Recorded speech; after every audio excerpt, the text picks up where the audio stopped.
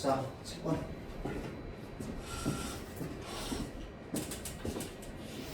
처음부터 다시 볼게요.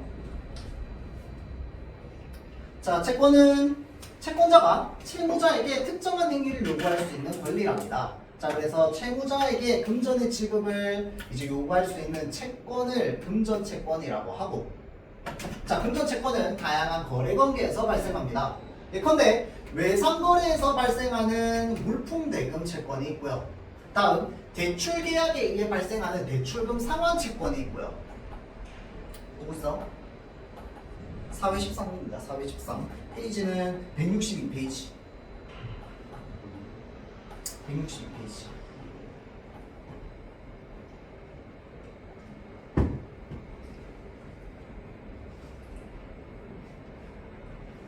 자, 다음 임대차 계약에서 발생하는 임대인의 차임 채권 등은 모두 금전채권에 해당한대요. 금전채권의 종류 세 가지 있습니다.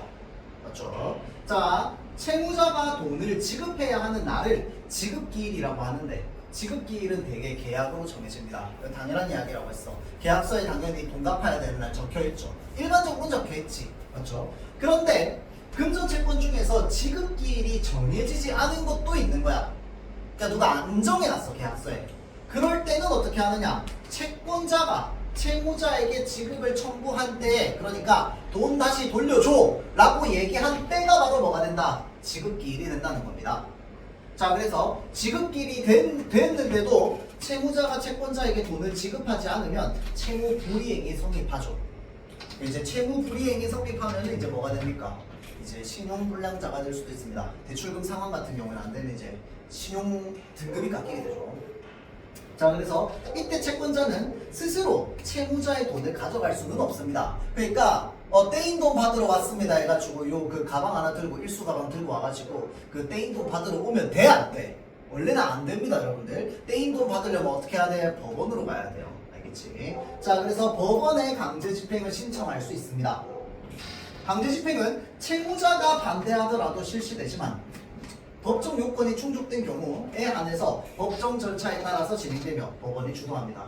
자, 강제 집행 절차의 구체적인 내용은 집행의 대상인 재산의 종류에 따라 달라지는데, 보세요. 자, 강제 집행 대상이 부동산이면 경매 절차를 거쳐야 된다. 자, 그래서 밑에는 주로 뭐가 나옵니까? 경매 절차에 대한 내용이 나오죠. 경매 절차에 대한 내용. 자, 그래서 경매 절차는 채권자가 경매의 목적물을 특정하여 법원에 경매 신청을 함으로써 개시가 되는데, 그 전에 채권의 존재와 내용에 대한 공적 확인이 이루어져야 됩니다. 자, 예컨대 갑이 소유한 이 부동산에 대해서 을이 경매 신청을 하려면 뭐가 있어야 돼? 을이 갑에 대한 금전 채권자라는 사실과 채권액은 물론 지급기일이 지났는데도 갑이 을에게 돈을 지급하지 못했다는 사실까지 공적으로 확인이 되어야 된다는 거죠. 법적으로 확인이 돼야 된다는 거야. 그래야지 이제 경매 신청을 할 수 있어. 왜냐하면 내가 채권자라는 걸 알아야 되니까, 법원 입장에서도. 자, 그래서 이러한 공적 확인은 확정 판결에 의해 이루어지는 것이 원칙입니다. 자, 그러니까 법적으로 확정 판결을 받아야 돼. 자, 그래서 요 지급하지 못했다는 사실을 공적으로 확인시켜 줄 수 있는, 법원에 확인시켜 줄 수 있는 제일 좋은 방법이 내가 뭐라고 했습니까? 법원에 지급명령 신청하는 거라고 했어요. 맞지? 자, 그래서 지급명령 신청하면은 공적으로, 법적으로 한 거기 때문에 이미 이 사람이 지급명령을 받았다는 사실이 바로 확인돼서 바로 경매 절차 들어갈 수 있습니다. 알겠죠? 근데 그게 아니라면 법원에 공적으로 확인을 받아야 되는 거야. 맞지? 자, 그래서 경매 절차가 개시되면 법원은 목적물의 현상을 그대로 유지하기 위한 조치를 합니다. 그게 무슨 말이야? 요 건물 또는 어떤 부동산이 있으면은 그거를 그대로 유지하기 위한 조치를 법원이 해야 돼. 맞죠? 그거를 뭐라고 하는데 압류라고 합니다. 압류. 법원이 압류하는 거야. 그래서 야, 너 더 이상 건물에 손대지 마. 이거죠. 자, 그래서 목적물이 부동산인 경우에는 경매 절차가 개시되면 부동산에 관한 권리를 공시하는 공적 장부인 등기부의 압류 등기를 기록한다는 거야. 자, 이 압류 등기라고 하는 게 뭐라고 했어요? 이 건물에 대한 어떤 채권과 채무 관계를 공적으로 쭉 쭉 정리해 놓은 그 문서를 등기라고 합니다. 알겠죠? 자, 그래서 등기는요, 예를 들어서 내가 지금 이 건물을 사려고 한다던가 또는 특별한 목적을 가지고 있는 경우에는 누구나 뗄 수 있습니다. 알겠죠? 자, 그래서 이제 이 등기에는 공시, 그러니까 공적으로 명시되어 있는 그 정보들이 쫙 있는 거야. 그래서 이 건물에 지금 어느 은행이 얼마 대출해줬는지, 그 다음에 또 어떤 채권자가 몇 명이 있는지 이런 거 다 알 수 있습니다. 알겠죠? 자, 그래서 압류 등기를 기록하는 방식으로 압류가 이루어집니다. 그래서 압류 들어간다, 압류 들어간 사실도 등기에 나옵니다. 알겠죠? 자, 그래서 그 후 법원은 압류된 물건을 팔아서 돈을 마련하는 매각 절차를 진행하는데, 이 절차에서 가장 높은 가격을 제시한 사람을 매수인으로 선정합니다. 뭐 경매에서 당연한 이야기 맞죠? 제일 높은 돈을 제시한 사람이 나가야지 맞죠? 자, 이렇게 선정된 매수인이 자신이 제시했던 가액을 법원에 납부하면 매수인은 즉시 소유권을 얻게 됩니다. 당연하지. 경매에서 이겼으니까. 맞죠? 자, 소유권을 취득하고 이에 따라 채무자의 소유권은 당연히 어떻게 되겠어? 소멸하게 되겠지. 왜? 채무자가 가지고 있는 이 부동산에 대한 소유권이 누구한테 넘어가는 거야? 그 매수인한테 넘어가는 겁니다. 맞죠? 또한 압류 등기보다 나중에 채무자가 소유자임을 전제로 발생했던 권리들도 모두 자동으로 소멸하게 됩니다. 자, 이게 무슨 말일까요? 자, 압류 등기, 그러니까 압류 신청이 들어갔어. 그래서 압류 신청 이후에 경매가 들어갈 거야. 그러면 압류 이후에 이 부동산에 대해서 누군가가 예를 들어서 막 계약을 체결하거나 뭘 하잖아. 그러면 그거는 전부 뭐 하는 거야? 경매 끝나고 나면 소멸되는 거야. 그러니까 여러분들 무슨 건물 사는데 압류 건물 사면 돼, 안 돼? 당연히 안 되지. 맞죠? 이거 뭐 당연한 사실이지만. 맞지? 자, 그래서 압류 등기보다 나중에 채무자가 소유자임을 전제로 발생했던 다양한 무슨 계약이든 무슨 관계든 이런 것들은 전부 소멸되고, 이 경매 목적물은 전부 뭐에게로 넘어가는 거야? 이 건물을 사간 매수인에게 싹 다 넘어가는 거야. 알겠죠? 당연한 겁니다. 이 사람은 돈 주고 샀는데. 자, 매수인이 매각 대금을 납부하면 법원은 이 돈에서 경매 비용 미납 세금을 공제하고 남은 돈인 배당 가능 금액을 산정하고 배당 가능 금액을 채권자들에게 나눠주는 절차를 배당 절차라고 하는데, 이 배당 절차를 진행한다는 거죠. 자, 그래서 채무자에 대한 금전 채권자로서 배당 요구를 한 자가 여러 명이면 이들은 배당 가능 금액으로부터 평등하게 배당받을 권리가 있습니다. 자, 그래서 평등하게 배당받을 권리가 있으니까 걔네들을 비율에 맞춰서 배당받는 거야. 맞죠? 자, 그래서 평등하게 배당받을 권리가 있고, 따라서 채권자들이 요구하는 배당 액수의 합산액이 배당 가능 금액보다 큰 경우에, 그게 무슨 말입니까? 이 빚진 사람이 건물 가격보다 더 많은 양의 돈을 빚진 거 맞죠? 이런 경우에는 어떻게 받는다고 했어요? 채권액에 비례하여 배당받을 수밖에 없습니다. 자, 그래서 우리는 그것을 안분배당이라고 한다고 했어요. 그래서 위의 예시에서 이 부동산에 대한 경매 절차를 거쳐서 채권자들에게 배당될 수 있는 돈이 1억 원이야. 자, 을은 병에게 1대3의 비율로 안분 배당이 된다는 거야. 왜? 자, 지금 을은 1억 예를 들어서, 그 다음에 병은 3억 이러면 얘네는 비율로 따집니다. 1대3으로. 맞죠? 1대3으로 따져서 최종 경매 금액이 1억 원이 떨어졌어. 그러면 뭐야? 이 1억 원 중에서 1대3으로 나눠가지고 2,500만 원, 7,500만 원 받는다는 거야. 그러면 빌린 돈 다 받을 수 있어? 없어? 없어. 자, 그래서요.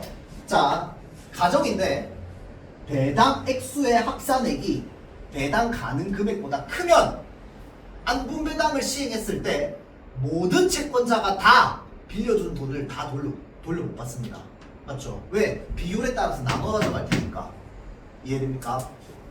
자, 그래서 을은 2,500, 병은 7,500만 원을 각각 배당받습니다.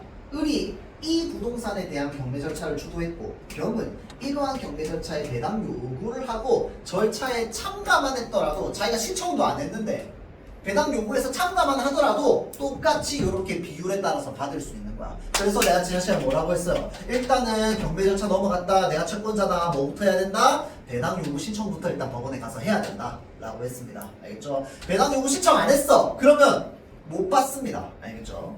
자, 그래서 여기 지금 나와 있는 게 이제 그 지금 이 가압류 등기 요거에 대한 이야기가 좀 나와 있죠. 가압류 신청 안 하면 못 받는 거. 자, 보겠습니다. 한편 안분배당 원칙에 대한 예외가 있습니다. 그게 바로 뭐냐면 경매 목적물인 부동산에 대해서 뭐가 설정된 거야? 담보가 설정된 거야. 담보 물건이 설정되어 있어. 자, 그러면 일반 채권자들 중에서 누가 1등이 된다? 담보 물건 가지고 있는 사람이 1등이 됩니다. 자, 그래서 일단 담보 물건 가지고 있는 사람들이 먼저 돈을 돌려받아요. 그러고 나서 나머지 가지고 돌려받는 거야. 알겠죠? 자, 그래서 담보 물건이 설정된 경우를 들 수 있는데, 담보 물건이 그래서 우리가 일반적으로 보통 계약 쓸 때 예를 들어서 건물을 담보로 대출한다 뭐 이런 거, 또는 얘가 건물 집이야. 그러면 내가 여기에 전세로 들어간다. 그러면 전세 들어가서 이제 확정일자 받고 그 다음에 전입신고 하잖아. 그러면 자연스럽게 담보 물건이 생깁니다. 그 전세 세입자는. 알겠죠? 자, 그래서 담보 물건자는 목적물의 매각 대금으로부터 자신의 채권 가액 전부를 받아갈 수 있는 권리인 우선 변제권을 가집니다. 나 먼저 변제해줘 권리를 가지는 거야. 알겠죠? 자, 그래서 스스로 경매 신청을 한 경우는 물론 다른 채권자가 경매를 신청한 경우에도 자신의 채권액을 우선 변제받을 수 있는 것입니다. 담보 물건은 등기부를 통해 공시되므로 채무자뿐만 아니라 누구에게나 주장할 수 있습니다.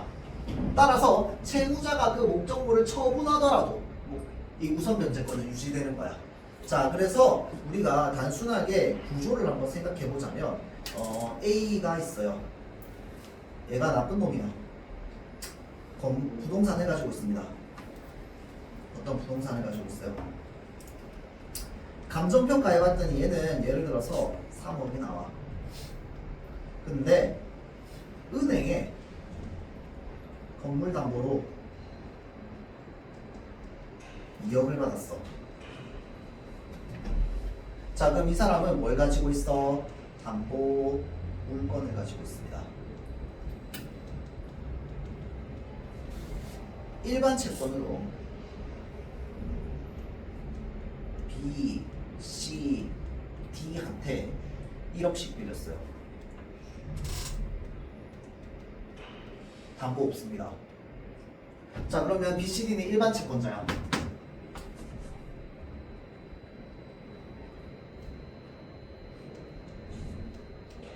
자, 경매 절차가 들어갔습니다. 3억이 떨어졌어요. 그러면 일단은 뭐부터 한다고? 얘 2억 먼저 갚아야 돼요. 알겠지? 얘는 우선 변제권을 가지고 있어. 자, 그러면은 남은 돈 얼마야? 1억이야, 맞지? 1억 어떻게 하는 거야? 4분의 1씩 가지는 겁니다. 이거 이해돼요? 얘네 담보 물건이 없기 때문에 일반 채권자라서 남은 돈 가지고 안 분배당하는 거야. 이해되지?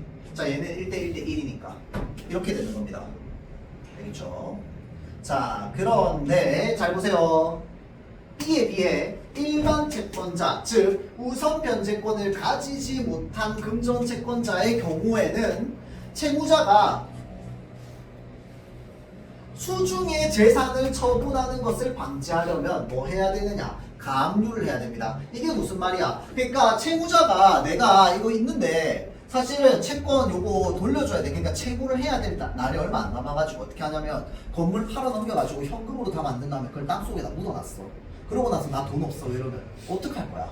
안 되잖아, 그치? 그러니까 이 사람이 돈을 안 갚네. 어떻게 해야 돼? 가압류 신청해 놓는 거야. 그러면 뭐야? 이 건물 손 못 대. 왜? 이제 법원 쪽으로 넘어가는 거야, 이 건물이. 몰래 못 팔아. 자, 그래서 가압류를 해줄 필요가 있습니다. 부동산에 대한 가압류는요, 등기되어서 공시됩니다. 공개적으로 딱 적혀 있어요. 등기부 딱 뽑아보면 얘가 가압류 되는지 안 되는지 알 수 있습니다. 알겠죠? 자, 그래서 등기되어 공시되는데 가압류 등기가 맞춰지더라도 그 목적물에 대한 처분 자체는 가능합니다. 그러니까 이제 가압류 신청이 딱 됐잖아, 그치? 그럼 신청이 되고 나서 건물 파는 거 가능은 해. 대신에 이 공시가 되어 있어. 가압류 물건이라고. 자, 그래서 처분 자체는 가능하지만 가압류를 마친 채권자는 가압류 후 그 부동산을 취득한 자에도 강제집행 대상 부동산임을 주장할 수 있습니다. 그러니까 가압류 대상 건물을 누군가가 사가. 그러면 그 사간 사람이 뭐 해야 되는 거야? 그 가압류에 대한 처분 책임을 져야 되는 거야. 이해되죠? 자, 그래서 강제심판 대상 부동산임을 주장할 수 있습니다. 1번 채권자 입장에서도. 가압류를 신청한 사람만이야, 사람만. 내가 돈 빌려줬는데 난 가압류 신청 안 했어. 그러면 주장할 수 없습니다. 알겠죠? 이게 중요해요. 자, 그래서 다만 일반 채권자로서 지위만 인정됩니다. 우선 변제권은 없어요. 뭐 받아야 돼? 안분배당 받아야지. 이해되죠? 자, 그래서 일반 채권자의 지위만 인정되므로 안분배당을 받을 수 있을 뿐입니다. 한편 가압류 등기가 맞춰진 후 그 대상인 부동산에 대한 담보 물건을 취득한 자. 자, 그래서 이게 뭐가 중요하냐면요, 여러분들. 자, 요거 일단 앞에 부분부터 다시 한번 살펴보면, 자, 일반 채권자는 뭐 해야 되냐면 가압류해야 됩니다.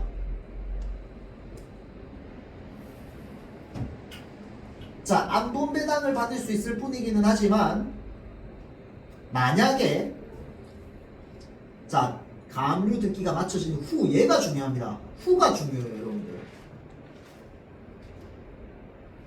가압류 등기가 맞춰진 후에 담보물권을 취득한 사람은 당연히 어떻게 되겠어? 담보물권이 얘보다 뒷순입니다. 알겠죠? 그러니까 가압류 등기가 들어가 있는 그 물건에 내가 전세 들어가면 돼, 안 돼? 안 되는 거야. 이해되지? 그럼 난 우선 변제권 못 받아요. 가압류 등기를 담보로 해가지고 대출을 해준다? 큰일 나지. 알겠죠? 자, 그러니까 얘가 어차피 등기부등본 뽑아보면 다 나온다고 했어요. 맞지? 가압류 신청이 들어가서 지금 확인이 된 건물은요, 담보물, 그러니까 은행에서 담보로도 안 쳐줄 거고요, 전세 들어가도 안 돼요. 맞지? 왜? 돈 못 돌려받는 거야. 이미 내 앞에 있는 채권자가 막 여러 명 있는데.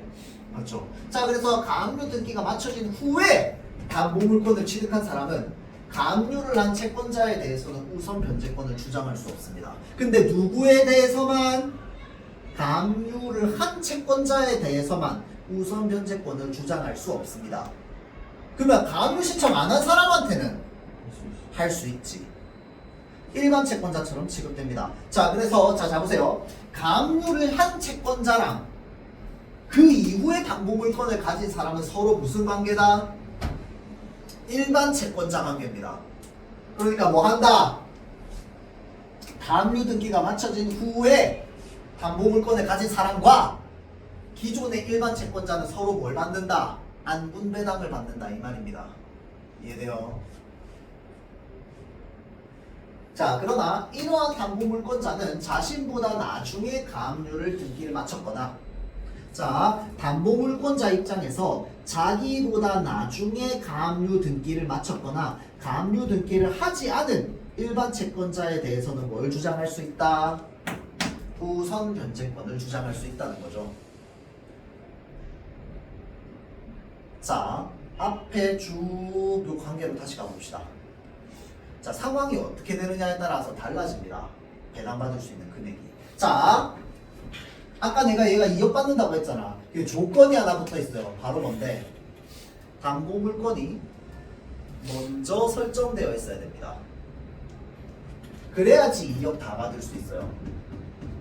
자, 그러면 사례 하나 좀 내봅시다. 자, 담보물건이 나중에 설정되었고요. B, C, D 모두 가압류 신청했다고 칩시다. 은행은 얼마 돌려받을 수 있어요? 대략 3억을 어떻게 나눠줘야 돼? 그렇지. 4분의 3억이겠지. 계산이 안 된다. 얼마냐고. 3억을 4로 나누면 얼마야? 하여튼 그 금액만 돌려받을 수 있는 겁니다. 왜? 담보물건을 나중에 설정했잖아. 그치? 그럼 얘는 B, C, D에 대해서 어떤 채권자로? 일반 채권자로 취급받는 거야. 그러니까 하나, 둘, 셋, 넷 해서 얘네 4명이서 안분배당 받는 거야.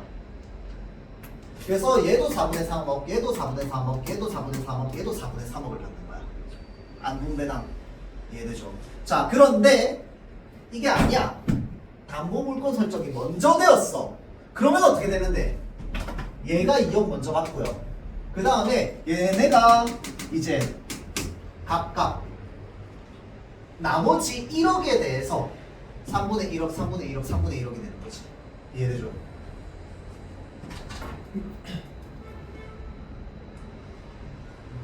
자, 그래서 우리가 요 관계를 좀 이해를 해야 됩니다. 나중에 뒤에 문제는 또 뭐가 나오냐면요. 누구 한 명이 가압류 신청 안 한 경우도 나와요. 알겠지? 자, 그래서 그거는 나중에 뒤에 문제를 같이 보고 풀면서 좀 살펴보면 될 겁니다. 자, 일단은 이렇게 하고 1번 문제부터 한번 볼게요. 윗글에 내용과 일치하지 않는 것. 풀어봤습니까?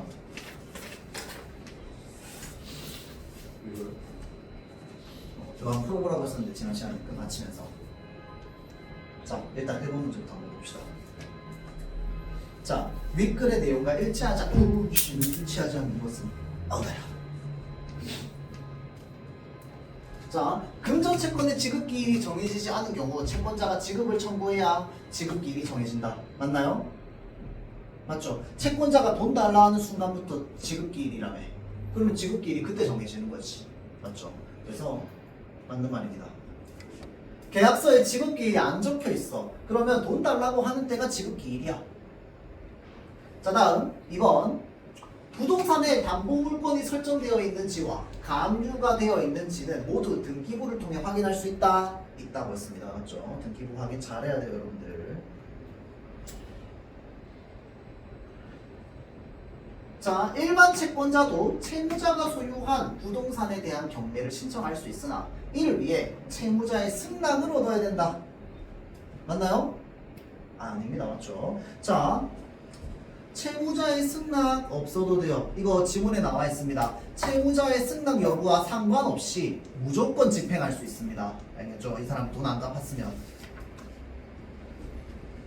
그래서 그런 경우도 있습니다. 예를 들어서 채권자가 여러 명이야. 근데 이 채무자가 사실은 진짜 실제로 조금만 지나면 갚을 수 있는 능력이 생기는 거야.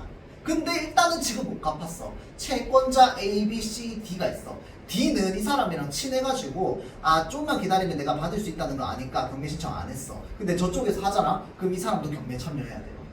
무슨 말인지 알겠죠? 왜냐면 이 채무자의 의사와 상관없이 한 명만 신청하면 줄줄이 다 되는 거니까.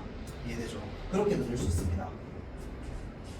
자, 다음 금전 채무의 지급기일에 채무자가 돈을 지급하지 않으면 금전 채권자는 강제 집행 절차를 통해서 권리를 실현할 수 있다. 할 수 있지. 그래서 강제 집행 절차 중에서 종류 경매가 지금 오늘 지문에 있는 거죠. 자, 다음 4번 금전 채무의 지급기일에 채무자가 돈을 지급하지 않으면 정말 4번 아니구나. 5번. 자, 채무자가 소유한 부동산에 대한 경매 절차가 진행되어서 매각 대금 전액이 납부되면 채무자는 그 부동산의 소유권을 상실한다. 맞죠? 자, 채무자는 상실하고 이 소유권 누구한테로 갑니까? 매수인한테 가죠. 매수인한테. 이 집을 산 사람 경매에서. 자, 다음 2번. A에 대한 이해로 가장 적절한 것은 라고 되어 있네요. A가 뭡니까? 경매 절차네요. 경매 절차.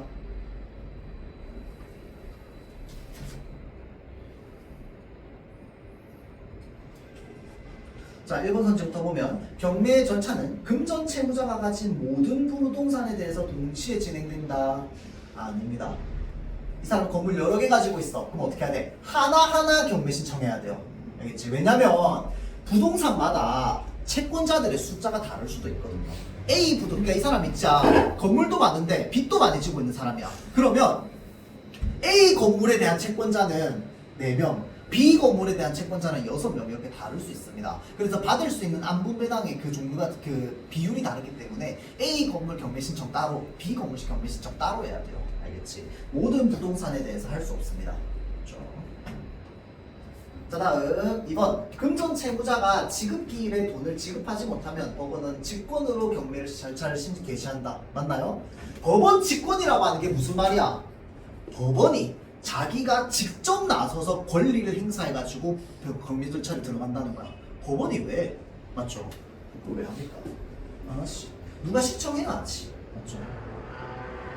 자, 다음 경매 절차가 종료되면 경매 신청을 한 채권자가 가진 채권의 존재와 내용이 공적으로 확인된다.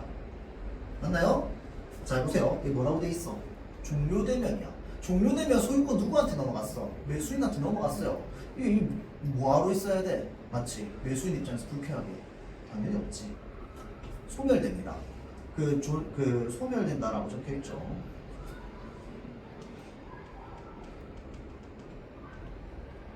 경매 절차가 종료됐다는 건 매수인한테 팔렸다는 겁니다. 자, 다음 4번. 부동산에 대한 경매가 개시되면 경매 대상 부동산의 현상 유지를 위해서 압류 등기가 이루어진다. 맞나요? 맞죠? 경매 개시 현상 유지해야 되니까 압류 등기 이루어집니다.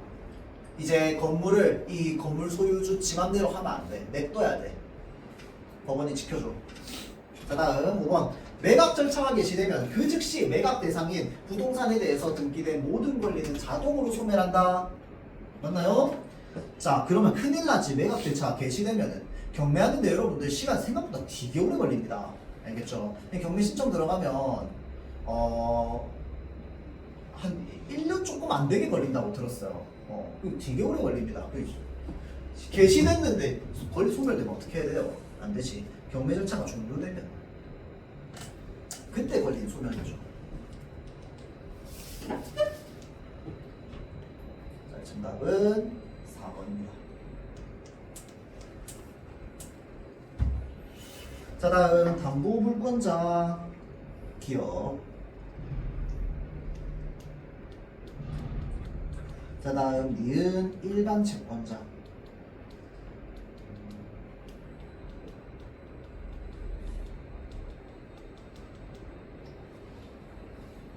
자, 담보물권자는 채무자 이외의 사람들에게도 자신의 권리를 주장할 수 있다. 맞는 말이거든요. 채무자 이외의 사람들. 또 다른 말로 하면 누구에게나. 이 말이죠. 자, 지문에는 누구에게나라는 문장이 있습니다. 알겠죠? 같은 말이죠. 자, 다음 니은 일반 채권자. 일반 채권자는 지급기일이 되기 전에는 강제 집행을 신청할 수 없다. 당연히 맞는 말이지. 지급기일이 정해져 있는데 지급기일도 되기 전에 강제 집행 신청하면 어떡해? 그럼 나 돈 빌려주고 다음날 바로 경계 신청하면 어떡하라고? 맞지? 자, 돈 갚을 날까지 기다려야죠. 자, 다음 기업은 니은과 달리 담보물권자는 일반 채권자와 달리 다른 채권자가 신청한 경매 절차에도 배당을 받을 수 있다라고 되어 있는데 요거는요 달리가 아니라 모두입니다. 담보물권자든 일반 채권자든 둘 다 뭐 해야 되냐면요 일단 배당 요구 신청해야 돼요. 배당 요구 신청 안 하면 안 됩니다. 알겠죠? 자, 그래서 배당 요구 신청하고요. 그 다음에 경매 절차에서 배당 받을 수 있습니다. 내가 시작 안 했더라도. 그렇죠? 자, 다음 니은은 기업과 달리 배당 절차에서 우선 변제권을 행사할 수 없다라고 되어 있죠. 맞는 말입니다. 니은은 기업과 달리 배당 절차에서 우선 변제권을 행사할 수 없다. 일반 채권자는 우선 변제권 없죠. 우선 변제권 누구한테? 담보물권자한테 있지. 그렇죠? 자, 다음 기업과 니은은 모두 법원에서 진행하는 경매 절차를 거쳐야 배당을 받을 수 있다. 맞는 말이지. 아까 법원을 통해서 아니면 안 된다고 했어요. 맞지? 그 떼인 돈 받아드립니다 해가지고 그 문신 가득 해가지고 그 일수 가방 가가지고 그 돈밥 벌면 안 됩니다. 알겠죠? 근데 이제 그럼에도 불구하고 떼인 돈 받으러 다니는 이유가 뭐겠어요? 꼼수 써가지고 어떻게든 간에 자기 재산 훔쳐놓고 있는 사람들이 있단 말이야. 나쁜 사람들 중에 돈 안 갚으려고. 그러니까 그런 사람들 이제 조폭들 동원해가지고 가가지고 이제 일수 받으러 다니는 거지. 맞죠? 그러니까 이제 가가지고 왜 영화에 보면 나오잖아. 마른 오징어도 짜면 물 나온다 이러면서 이제 돈 받으러 다니잖아. 맞죠? 자, 그래서 그러면 안 됩니다. 정답은 3번. 지급비율 전에 건물을 철거하면 어떻게 해요? 그러니까 채무자가 지급비율 전에 자기 거는 철거할 수 있잖아요. 그렇긴 하지. 근데 지급기일 전이면 어찌됐건 간에 그 해당하는 금액이 있을 거 아니야. 그 금액을 갚아야지. 근데 예를 들어서 지급기일이 지났어. 압류 신청을 안 했어. 근데 아까 얘기했던 것처럼 건물 무너뜨리고 이러면 안 되잖아. 그치? 그러니까 뭐 하는 거야? 압류 신청이 들어가고 나면 법원이 너 이제 이거 건드리지 마. 이렇게 되는 거야. 압류하기 전에. 그치? 그러니까 근데 압류하기 전에 철거하면 어찌됐건 그 해당하는 금액은 줘야겠지. 맞죠? 근데 모르겠어. 이거 만약에 부동산을 가지고 뭘 했다. 부동산에 예를 들어서 지분을 가지고 뭘 했다. 이러면 나도 사실 잘 모르겠어.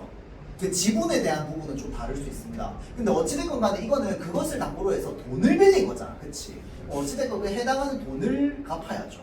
근데 이제 그 파산 신청했는데 건물까지 부쉈어. 그러면 진짜 안 될 수도 있겠지. 맞죠?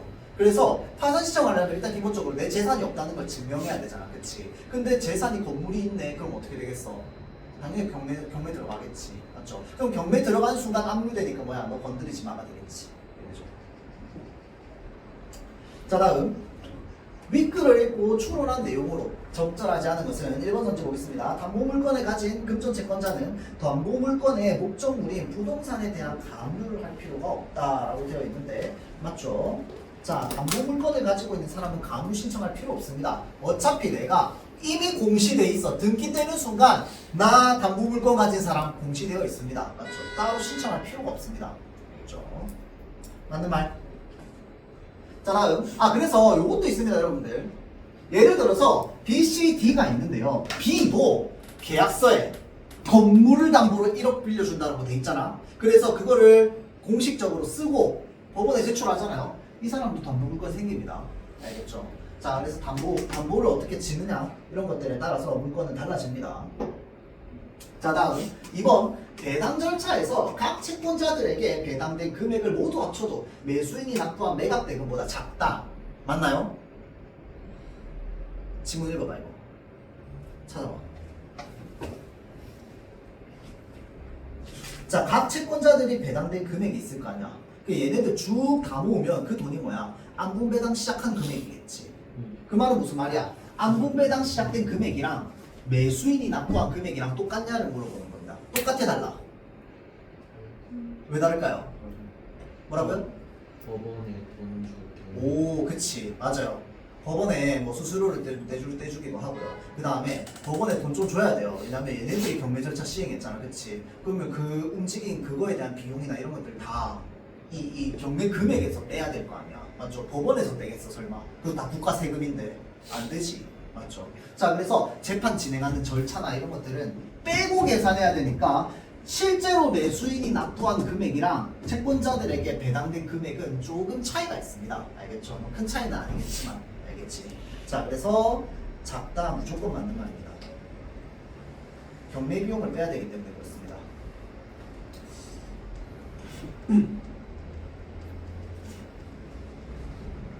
자, 다음 3번 강제 집행 대상이 부동산인 경우 외상대금 채권자의 강제 집행 방법과 대출금 상환 채권자의 강제 집행 방법은 같다?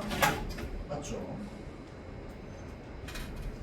이 책 어찌됐건 채권자 입장에서 신청하는 거기 때문에 어떤 종류의 채권자인지는 상관없습니다. 알겠죠?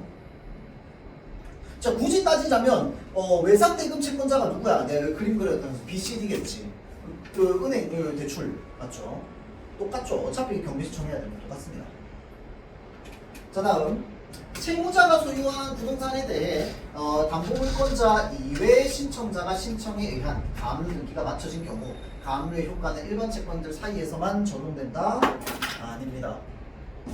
자, 이 담보물권자는요 자기가 가압류 등기 신청하지 않아도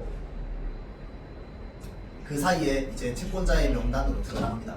왜? 담보물권을 가지고 있는 건 공개적으로 공시가 되어 있는 거기 때문에 경매 들어가는 순간. 그래서 그 담보물권을 가지고 있잖아요. 그러면 내가 경매 신청 들어갔는지 몰라도요 법원에서 문서가 알아서 따로 편지가 옵니다. 등기가 와요. 그래서 지금 당신이 담보로 잡고 있는 그 물건이 저기 경매에 들어갔다고 법원에서 알아서 보내줘요. 그래서 배당 요구 받으라고 그 따로 문서가 날라옵니다. 담보물권자는 이미 어차피 공시되어 있기 때문에. 안 하면 못 받아요. 뭐라고? 안 하면 못 받아요. 그냥 배당 요구. 근데 담보물권자가 못 받는지는 모르겠어. 근데 배당 요구를 일반 채권자가 안 하면 못 받습니다. 그건 맞아. 근데 담보물권자는 사실 잘 모르겠어. 그냥 공시가 되어 있긴 한데. 근데 보통 문서가 날라간다고는 알고 있어요. 그러니까 문서는 그 배당 요구 하세요, 배당 요구 신청하세요라고 문서는 날아간대요. 근데 그 날아가는 거 보면 아마 신청 안 하면 못 받는 거 아닌가 싶기도 하고요. 담보물권자는 정확하게 잘 모르겠습니다. 일반 채권자를 못 받아요. 자, 다음 한 명의 금전 채무자에 대한 여러 명의 금전 채권자들이 있는 경우 배당 가능 금액을 채권자의 인원수로 나누어서 각 금전 채권자에게 자, 잘 보세요. 동일한 가액을 배당하는 것을 안분배당이라고 하지 않지. 맞죠? 비율에 따라서 배당하는 걸 안분배당이라고 합니다. 자, 근데 선지 아니다라고 되어 있네. 그러면 맞는 말이지. 자, 다음 5번. 요거 보기 여러분들 학교에 좀 바꿀 가능성이 좀 높습니다. 왜냐면 이 보기가 사실은 조금 잘못되어 있어. 왜냐면 전제가 되어 있어야 되는 문장이 빠져 있거든. 그래가지고 근데 이제 그냥 충분히 읽고 뭐 추론해 볼 수 있긴 한데 어찌됐건 전제가 되어 있어야 되는 문장이 빠져 있어서 하여튼 자 일단 봅시다. 학교 좀 바꿀 수 있어요. 자, C, D 모두 이거 읽어야 되구나. 자, A는 X 부동산의 소유자이고 B, C, D는 각각 A에게 2억 원씩 돈을 빌려줬답니다. 금전 채권자래요. 자, 이들 중 B는 담보물권을 설정했대요. B, C, D에 대한 금전 채무 불이행을 하여서 경매 절차 진행됐고 배당될 돈이 얼마래요? 지금 3억이랍니다. 볼게요. C, D 모두 가압류를 하지 않았답니다. 그러면 B, C, D는 각각 1억 원씩 배당받을까요? 아닙니다. 어떻게 배당받네? 그러니까 여기에 지금 뭐가 빠져있냐면요, 얘네들이 배당 신청했다라는 말이 빠져있어. 알겠지? 근데 지금 B, C, D에 대한 금전 채무를 불이행해서 경매가 시작됐다라고 했으니까 결국은 B, C, D는 전부 일단 배당 신청을 했다고 이제 전제하고 읽어야 될 것 같아. 알겠죠? 자, 그렇게 전제하고 읽었을 때 봅시다. 일단은 B는 얼마 받아요? 2억 받습니다. 맞죠? 왜? 얘는 담보물권자야. CD는 얼마씩 받아요? 5천씩 받습니다. 이거 이해되죠? 자, 그래서 틀렸습니다. 1번 선지. 자, 요거 2번 넘어가고 3번 볼게요. 자, C만 가압류했고 E에 따른 가압류 등기가 되기 전입니다. 전. 이거 잘 보세요. 되기 전입니다. 담보물권을 설정했습니다. 자, 그럼 B는 무조건 얼마 받아? 2억 받아. 자, 여기 앞에 또 뭐가 되어 있느냐? C만 가압류했답니다. 근데 요 가압류랑 경매에 참여한 건 다른 거거든요. 지금 여기서 뭘 봐야 되냐면 경매에 참여했다는 건 내가 아까 뭘 전제하자고 했어? 얘네 배당 요구는 했다고 다 전제하자고 했습니다. 맞죠? 자, 그럼 얘네는 배당 요구자들이기 때문에 C만 가압류하긴 했지만 가압류 효과는 딱히 못 봐요. 왜? 어차피 담보물권을 전에 설정했잖아. 그렇지? 그러면 C는 뭐 중에서 나눠야 돼? 1억, 남은 1억 중에서 나눠야 돼. 이해되죠? 자, 그래서 배당 요구는 D도 했기 때문에요. 결국은요, C랑 D랑 둘 다 5천씩 받습니다.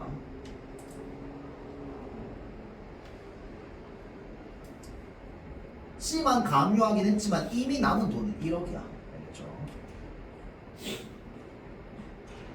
자, 다음 C와 D가 모두 가압류했답니다. 이에 따른 가압류 등기가 잘 보세요. 된 후입니다. 후 담보물권을 설정했대요. 둘 다 가압류하고 그 다음에 B가 담보물권을 설정했어요. 그러면 B, C, D는 각각 얘네는 다 뭐 하면 돼? 안분배당 받으면 돼요. 그러면 각각 얼마씩 받으면 될까요? B, C, D 모두 얼마씩? 1억씩 받으면 됩니다. 그렇죠? 자, 다음 B가 담보물권을 설정한 후에 CD의 순서로 가압류한 경우 B는 2억 원, C는 1억 원을 배당받는다라고 되어 있는데 잘 보세요. 순서 상관없습니다. 어차피 가압류 둘 다 했다며. 맞지? 근데 뭐 한 후에 했어? 담보 설정한 후에 했어요. 그럼 결국 뭐야? B는 2억, CD는 뭐야? 5천씩.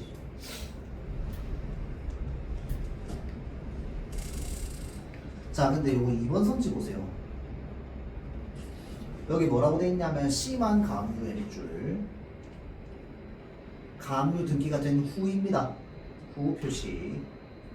그리고 담보물권 설정했어요. 자, 이런 경우에는 어떻게 되냐면요, 여러분들 잘 보세요. 이게 맞는 선지인데 잘 보세요. B는 2억 원, C는 1억 원 하는데 B가 2억 원을 먼저 받는 게 아닙니다, 여러분들. 먼저 받는 게 아니에요. 왜냐면 가압류를 C가 먼저 했단 말이야. 담보물건 설정되기 전에. 그러면 우리가 일단 뭐부터 해야 되냐면요. 이거 2번 선지 얘기야. B, C, D가 있으면요. 얘네 둘 사이는 뭐 해야 될까요? 안분배당해야 됩니다. 맞죠? 자, 그 다음에 그러니까 다시 B는요. 뭘 할 수 없냐면요. C에 대한 우선 변제권이 없어요. 근데 D에 대한 우선 변제권은 있는 거야. 그래서 얘네들이 어떻게 나뉘는 거냐면요. 일단은 B가 담보물건을 후에 설정했기 때문에 안분배당 받아서 1억이야. 이해되지? 근데 왜냐면 이거는 비율이 1대1 대 1이니까 무슨 말인지 알겠죠? 자, 이 상황에서요. B는 C에 대한 우선 변제권은 할 수 없어. 근데 D에 대한 건 있어. D가 받는 1억을 누가 가져가는 거야? B가 가져가는 거야. 그래서 결론! B는 2억 원, C는 1억 원을 배당받는다? 맞는 말이 돼요. 자, 이게 비율은 1대1 대 1이고요. B가 C에 대한 우선 변제권은 없는데 D에 대한 우선 변제권은 있는 거야. 얘만 가압류 신청했으니까. 이해되죠? 자, 그러니까 얘는 일단 1억 보장받고요. 그 다음에 B도 1억 받았어. 그러고 나서 얘가 받는 1억을 뭐 할 수 있어? 자신의 권리로 땡겨올 수 있는 겁니다. 그렇죠? 아니 근데 뭘 꿀꺽이야? 꿀꺽은 A가 있지. 개새끼 내가 개새끼지. 얘네들끼리 싸우게 만들면 안 돼요. 이건 뭐야? 이게 다 지금 다 이렇게 서민들끼리 싸우게 만드는 거 아니야? 지금 얘가 자본가인데, 맞죠? 욕은 얘가 뭐야지? D가 좀 뭐라 그래야 되지? 안타까운 거지. 일방은 거 일방은 거 맞지. 그러니까 돈 빌려주고 받을 생각을 안 한 거지. 그러니까 이제 가압류 신청을 안 한 거예요. 하여튼 그 돈 받을 날이 지났는데 그 자꾸 차일피일 미루면서 이때 되면 주겠다 하는 거는 미리 이거 다 그 서류 준비해놓고 있어야 돼. 알겠지? 얘가 조금이라도 안 될 기미가 보인다. 바로 신청해야 돼. 알겠지? 근데 친구 사이인데 하루 돈 안 줬다고 좀 하긴 좀 그렇긴 하지만 돈 관계는 좀 깔끔해야 되니까 좀 이게 아는 사이일수록 이런 것도 힘들잖아. 그렇지? 그래서 예를 들어서 B, C, D가 있는데 D는 갚을 줄 알고 있었는데 C가 신청해가지고 이런 경우가 생길 수도 있지. 얘는 갚을 거라 믿고 있었던 거지. 맞죠? 그게 가압류 신청 안 한 거야. 얘는 이 새끼 돈 못 갚겠다. 일단 가압류 신청부터 하자 이렇게 하는 거 알겠죠? 먼저 움직인 사람 받는 거고. 그렇지? 자, 일단은 그렇게 하고 좀 쉽시다. 10분 쉬었다가 들어갈 건데 요 과학 13지문이 진짜 일단 너무 짜증나가지고 이상해요. 일단 조금 쉬었다가 머리를 비운 상태로 하면 좋겠다. 좀 과학 13지문 오래 걸릴 것 같아요.